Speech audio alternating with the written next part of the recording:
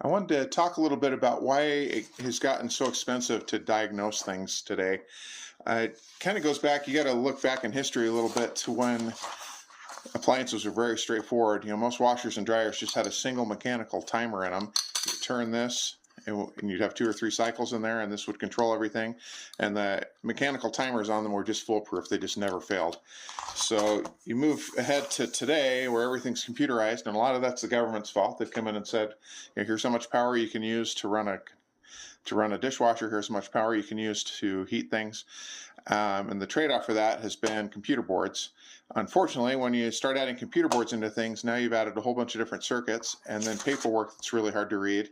So it makes it very time consuming to come out and diagnose these things. Then the other problem is everything has multiple boards in it. So you may have a knob on there still, but that's communicating with another board.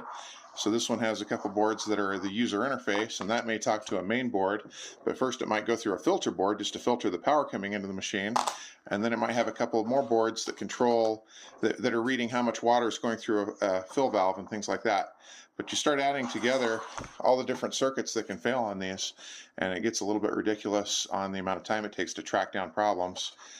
So it's definitely not the days of going out and being able to diagnose everything in 10 or 15 minutes.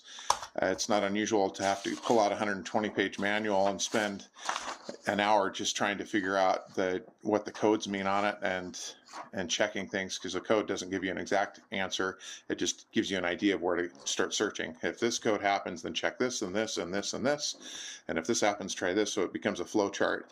But all those things take time to diagnose. And so unfortunately, the trade-off for having all of the features we have now and the energy efficiency that we have now is time and more expensive on parts and repairs.